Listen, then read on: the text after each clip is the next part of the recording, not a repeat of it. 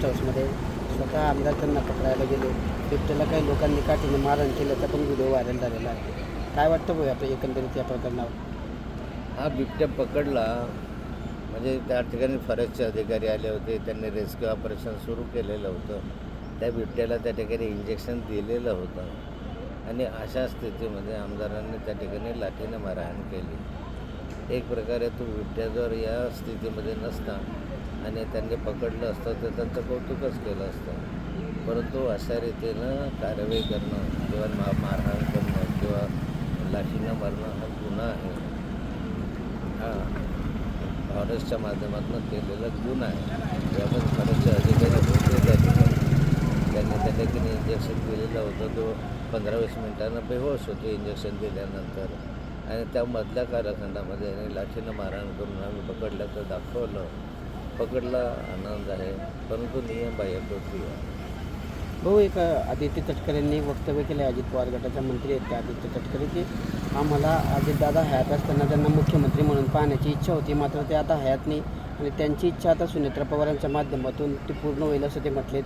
सुनेत्रा पवार मुख्यमंत्री होतील असं त्यांचं म्हणणं आहे. अजितदादा पवार जिवंत असताना त्यांचं कौतुक करत होते आणि त्यांना आमचे मुख्यमंत्री होतील अजितदादा पुढचे 10 वर्ष आहे अशा स्वरूपाचं सर्व राष्ट्रवादी काँग्रेसचे अजित पवार गटाचे माणसं म्हणायचे. आता अजितदादा गेले आणि सुनेत्राताईंकडे सूत्र आले.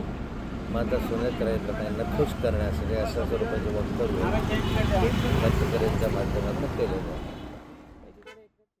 आमदारांनी त्याला काठीने मारहाण केली तर तो बिबट्या शुद्धीत असताना जर त्याला पकडला असतं तर आम्ही आमदारांचं कौतुक केलं असतं. पण अशा पद्धतीने नियमबाह्य तो पकडला गेला. हा गुन्हा आहे असं खर्च म्हणतायत.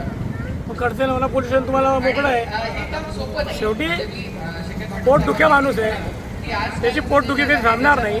हे कोण काय बोललं यापेक्षा माझी लोकांप्रती माझी जी जबाबदारी मी पार पाडण्याचा प्रयत्न केला होता आणि बिबट्याला 2 वेगवेगळे बेशुद्ध करण्याचे इंजेक्शन दिल्यानंतरही बिबट्या बेशुद्ध होत नव्हता. तशा अवस्थेत तो पडत होता, तुम्ही बघू शकता. आणि नागरी वस्तीत घुसवला म्हणून त्याला थोपवण्याचा तो प्रयत्न होता आणि तो कुठे जखमी झाला काय झाला हे जरा तुम्ही फॉरेस्टला विचारून घ्या.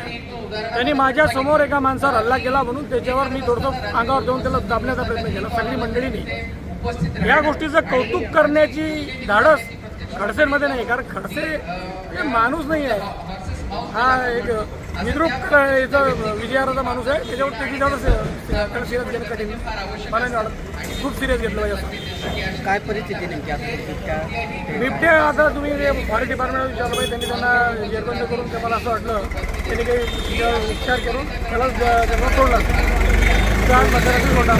अशा पद्धतीने थेट रस्त्यावर मध्ये पण वाहतूक आपण काय मागणी करणार आता मधल्या काळात आमचा जो भाग आहे तो व्याघ्र प्रकल्पाला अपेक्षित असा भाग आहे माझ्या माहितीनुसार. आणि तिथे बिबट्यांचे खूप बिबटे किंवा वाघ असतात, तिथे वाघ आहे, त्यांचं वास्तव्य आहे. मधल्या जंगलामध्ये आग लागणे किंवा पाणी नसणे पाणवठ्यांवर, त्याच्यामुळे ते शहराकडे येतात आणि हा नेहमीचा प्रकार आहे. जीवित आले जर घडले असते तर दुर्घटना मोठी झाली असती. ठीक आहे, म्हणून काय करणार? आमच्या सुदैवाने असं काही घडलं नाही. हा महत्त्वाचा मुद्दा आहे, त्याच्यामुळे त्या विषयात आपण बोलणं बरं आहे. ओके ठीक आहे.